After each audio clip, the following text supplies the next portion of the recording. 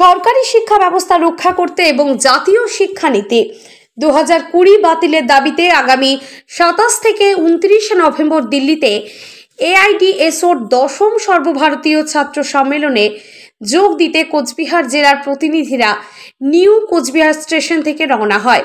তার আগে কোচবিহার শহরের প্রাণকেন্দ্র হরিশ পাল চৌপথিতে সভা করা হয়। নিউ কোচবিহার স্টেশন চত্বরেও মিছিল ও সভা করা হয়। সবাই বক্তব্য রাখেন জেলা সম্পাদক আসিফ আলম, কোচবিহার পঞ্চানন বর্মা বিশ্ববিদ্যালয়ের ছাত্রনেতা সোনির্মল অধিকারী প্রমুখ। আসিফ আলম বলেন, গোটা দেশ জুড়ে এআইডিএসওর নেতৃত্বে সরকারি শিক্ষা ব্যবস্থা রক্ষার দাবিতে আন্দোলন চলছে। এই আন্দোলনকে আরও শক্তিশালী করতে আগামী 27 থেকে 29 নভেম্বর দেশের রাজধানী শহর দিল্লিতে 10ম সর্বভারতীয় ছাত্র সম্মেলন অনুষ্ঠিত হবে।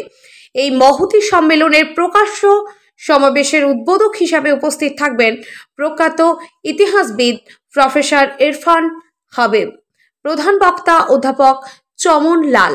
তিনি বলেন, কোচবিহার থেকে 31 জন প্রতিনিধি এই সম্মেলনে যোগ দেওয়ার উদ্দেশ্যে রওনা হয়েছে।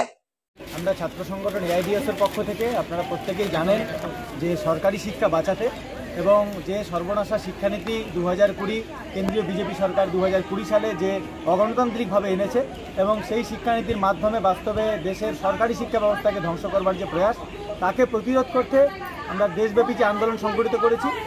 আগামী 27 থেকে 29 নভেম্বর দিল্লিতে সর্বভারতীয় ছাত্র সম্মেলন অনুষ্ঠিত হচ্ছে। এই মহতী সম্মেলনের উদ্বোধক হিসেবে উপস্থিত থাকবেন প্রখ্যাত ইতিহাসবিদ প্রফেসর ইরফান হাবিব, প্রফেসর চমন লাল, যিনি এই সম্মেলনের প্রধান বক্তা।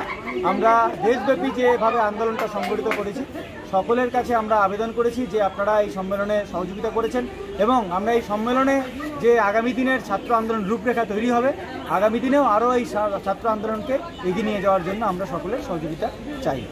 আমরা কোচবিহার থেকে একটা ডেলিগেট টিম আমরা এই অল ইন্ডিয়া কনফারেন্সে নিউ দিল্লি তালকোটরা স্টেডিয়ামে হবে, সেখানে আমরা যাচ্ছি।